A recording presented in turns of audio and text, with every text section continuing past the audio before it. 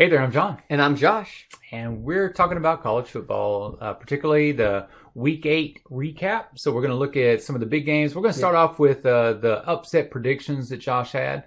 And you got one. I did get one. First off, I did say NC State was going to beat North Carolina. You did. I'd like to apologize to all North Carolina fans. I thought you weren't the real deal because you lost to the worst team in the country, Florida State. Yeah. They demolished NC State though. Manhandled them from the beginning to end.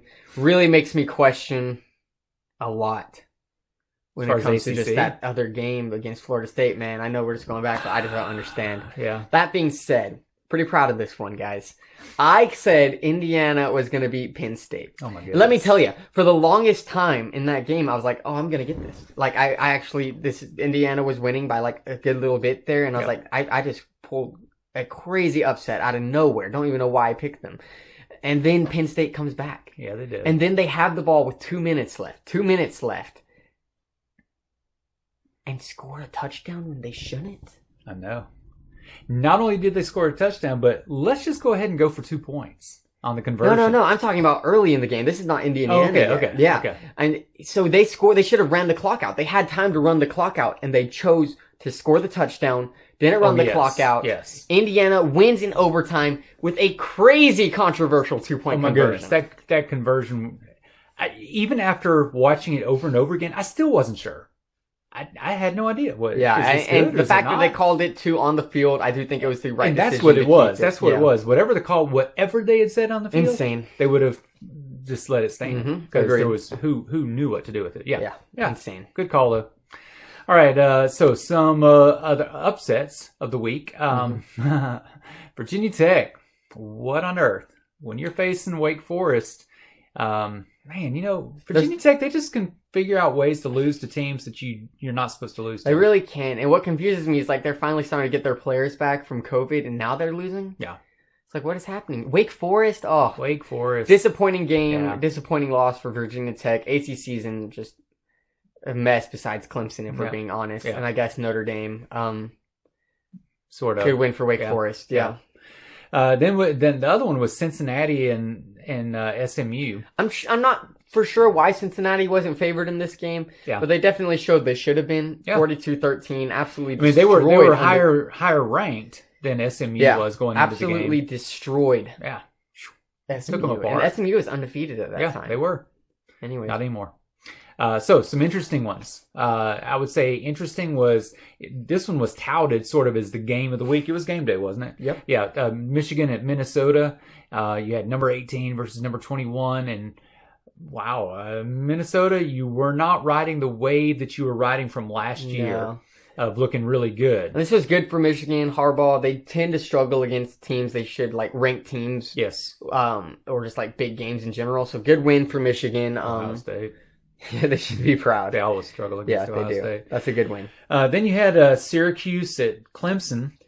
Man, now, Syracuse, you were so close. Syracuse, third quarter had drawn into like 6 points. They were driving down the field, and I believe threw a pick six or something, some turnover. Everything just sort of fell apart at that point. Yeah, absolute demolishing at the end. Had a powerful fourth quarter, 47-21. Clemson pulled away.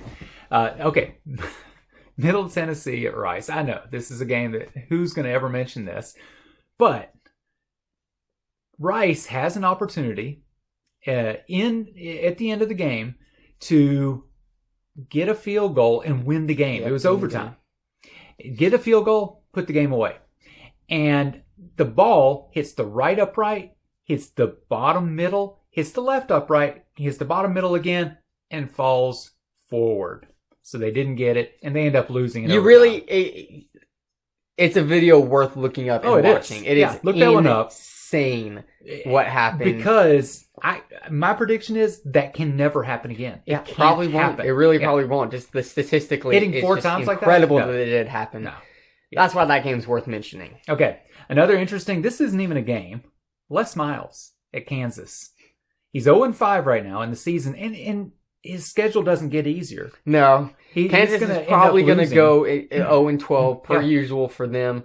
And Les Miles, I don't know, man. He's down. He's never coming back, it looks like, at this rate. And obviously, okay, I was thinking, it's all about recruiting.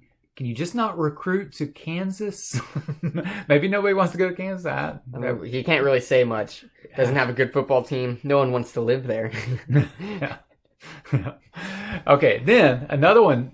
Just to mention this, the Coastal Carolina, which we've mentioned a couple different times now. One of my upsets. They're 5-0 in the Sun Belt, and when you're looking at their schedule, it is highly likely that they are going to be undefeated all the way up to the end. And it's just, so what will that mean? It really won't mean that much. No, it's sad news for them. Is amazing. Even like a one-loss AAC team or Mountain West team will probably be ranked higher than them by the end of the season. Yeah. But I mean, it's a good look for them, especially considering how new they are to the FBS 1A college football. That's right. And speaking of Sun Belt, not speaking of Sun Belt because Liberty is independent. But speaking of the ones that get overlooked all the time, Liberty is 6-0 right now. They've got a bye this week. Yeah. Then they're going to face, but as opposed to Coastal Carolina, then they're going to face Virginia Tech. And then as they go in the season, they're going to face North Carolina State, which, obviously North Carolina State's not great right now. Neither is Virginia Tech. No, but they're struggling. Power 5 teams who have had good seasons before. Yes. And then Liberty's going to finish the season against the Chanticleers. Which, Coastal Carolina. I really hope they're both undefeated at this that point. would be so cool. I mean, it would suck for, obviously, Bobby if Virginia Tech loses to Liberty. Or maybe not. I don't know who he cheers for. If Liberty is undefeated and Coastal Carolina's undefeated, can we please give them game day? Oh, please. Absolutely. It would be fun. That would be so great. Oh, man. Yeah. Anyways. All right, so some of the as expecteds. Alabama, Tennessee. It was as expected. I mean, Alabama went in, played a great game. Their defense did allow Tennessee to move the ball more than Alabama wanted to see it moved. Yeah. Mac Jones did a phenomenal job. You were a little disappointed that they didn't keep him in and let him get his 400 yards. I was, like 12 yards away. Yeah. The sad news.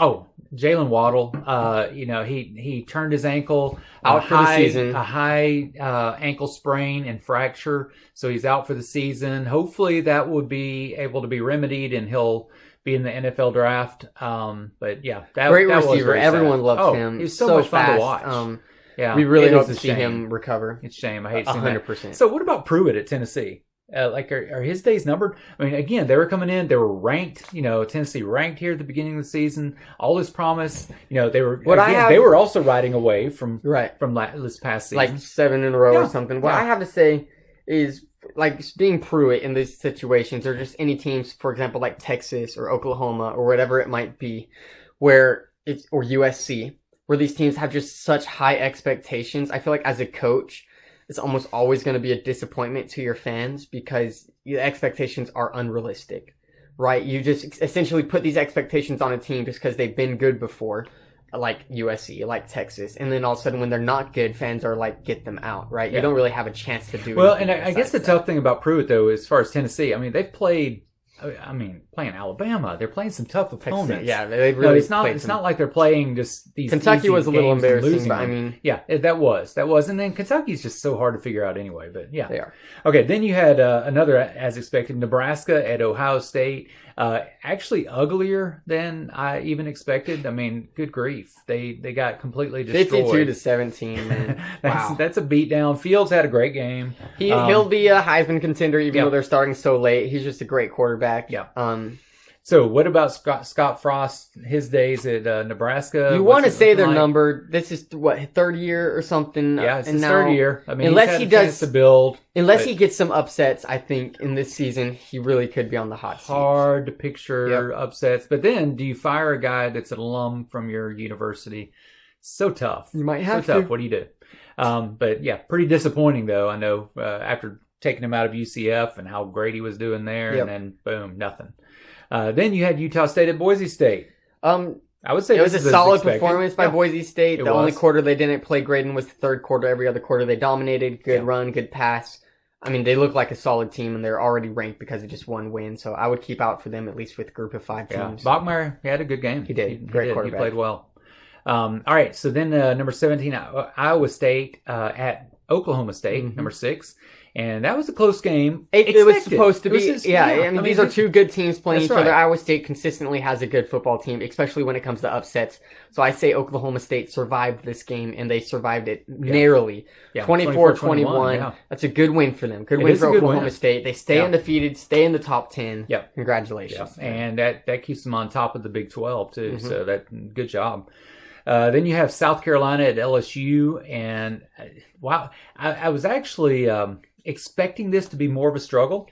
Yeah, honestly, a lot of people expected South Carolina to win. Yeah. LSU dominated this game 52-24. Oh, it was over at the halftime. For sure. I mean, there was no way South Carolina was going to catch up even after the half. So, yeah, no, LSU dominated for sure. That was a great game by LSU, and it showed us sort of maybe Orgeron, he's saying, "Hey, we're not done. We're still in here. We're still going to fight."